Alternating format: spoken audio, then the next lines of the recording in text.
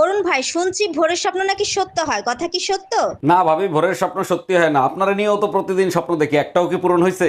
বলেন কি অরুণ ভাই, প্রতিদিন আমাকে নিয়ে আপনি স্বপ্ন দেখেন, কিন্তু মুরব্বীরা তো বলে ভোরের স্বপ্ন নাকি সত্যি হয়। ভাবি, ভোরের স্বপ্ন যদি সত্যি হইতো বছরে 3-4 বার প্রেগনেন্ট হয়ে যেতেন আপনি। কি হয়েছে ভাবি, আপনার শরীর এত ক্লান্ত ক্লান্ত লাগতেছে কেন? আর বললেন না অরুণ ভাই, এক সপ্তাহ ধরে কাজের মেয়েটা আসে না, একা একা কাজ করি। বলেন কি, এক সপ্তাহ ধরে কাজে আসে না? তা আপনি কিছু বলেন নাই? আজকে আসতেছে, আজকে ধরবো, ধৈর্য মজা দেখাবো। আরে ভাবি, আপনি ধরলে তো মজা পাবে না, আমি ধরলে মজা পাবে।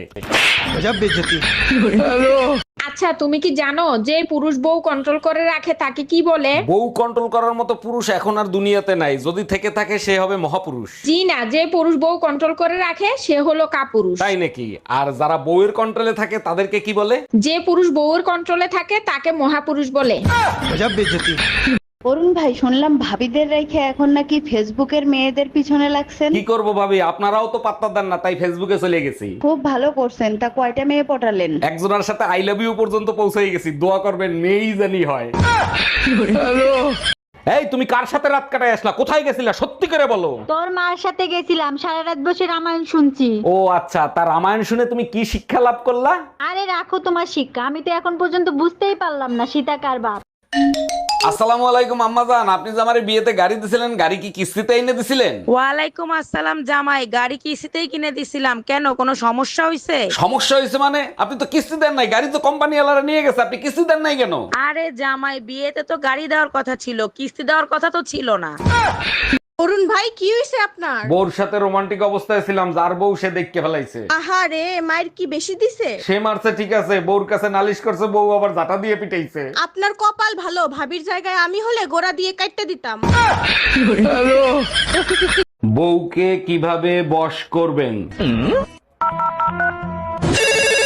হ্যালো, কে বলছেন? কাকে চাই? হ্যালো, আমি সুমন ফকিরকে চাচ্ছি, উনি কি আছেন? ঘন্টা খানেক পরে ফোন দেন, উনি এখন বাথরুম পরিষ্কার করছে।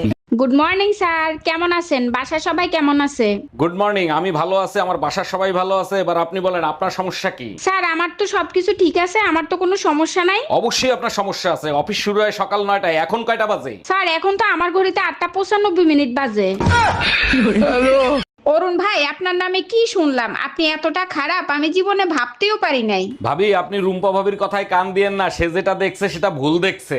অরুণ ভাই, রুম্পা ভাবি ভিডিও দেখাইছে আপনি এক এক দিন এক এক মেয়ের সাথে ঘুরেন। প্লিজ ভাবি, আপনি একটু রুম্পা ভাবিরে বুঝান, আমি অটো রিক্সা চালাই, ওরা আমার প্যাসেঞ্জার।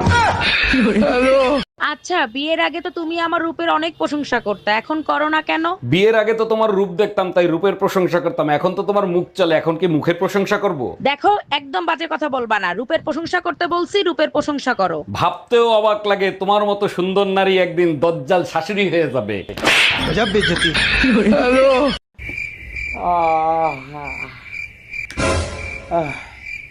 পূজা, ও পূজা,